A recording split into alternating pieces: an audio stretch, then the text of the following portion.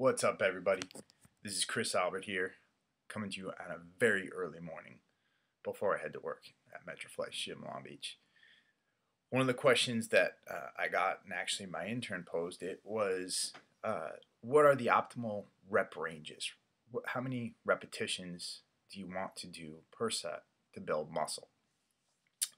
Well, the answer is that science tells us a few different things. First, let me go into this.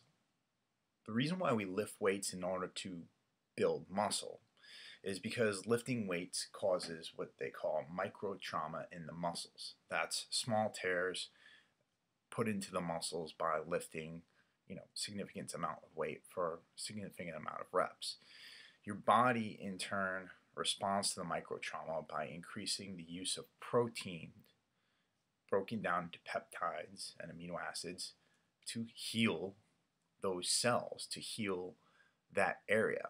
And so your body super compensates and builds more cells than are needed to actually heal it, and creates more of like a bandage. So when we see cellular expansion, that's actually a bandage for those little micro abrasions that occur during weight training.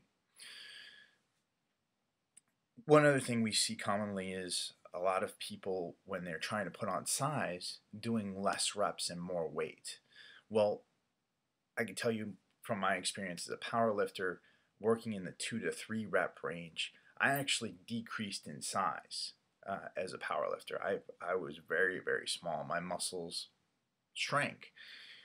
And so we ask ourselves, why? Well, why? And the reason is because when you're training for strength in the 2 to 3 rep range, what your body learns is to become more efficient. That means it's recruiting less muscle fiber. You're actually using physics to lift the weight. I was using physics to squat. I was using physics to bench press and physics to deadlift the weight up in the most efficient manner possible so that I could be the strongest for my size. You see Olympic weightlifters and powerlifters are much smaller than bodybuilders because they don't pursue repetitions. Now, what we discovered as bodybuilders back in the 1940s was that we were able to get significantly more muscle mass by going beyond the 2 to 3 rep range, going more into the 6 to 12 rep range, right? By causing more micro abrasions. That probably more 8 to 12 rep range causes more micro abrasions.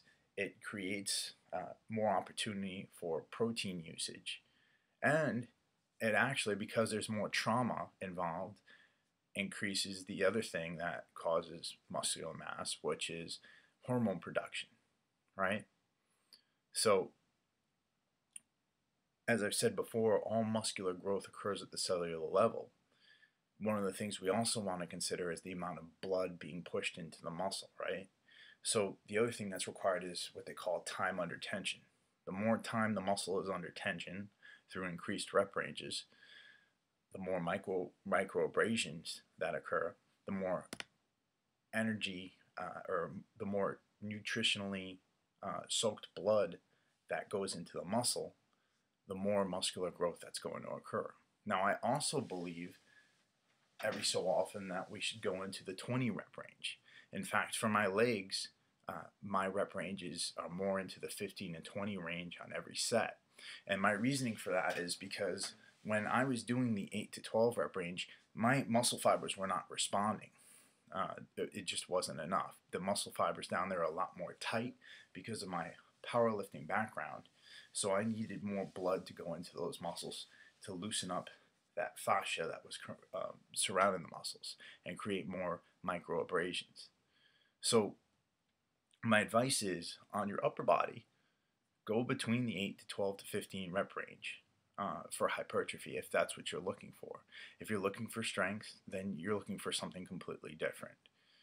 Strength and muscular growth are inversely related.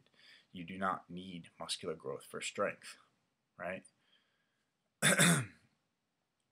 The more micro abrasions you incur, the more muscular growth you're going to get. So increase those rep ranges on your upper body to 8 to 12 to 15.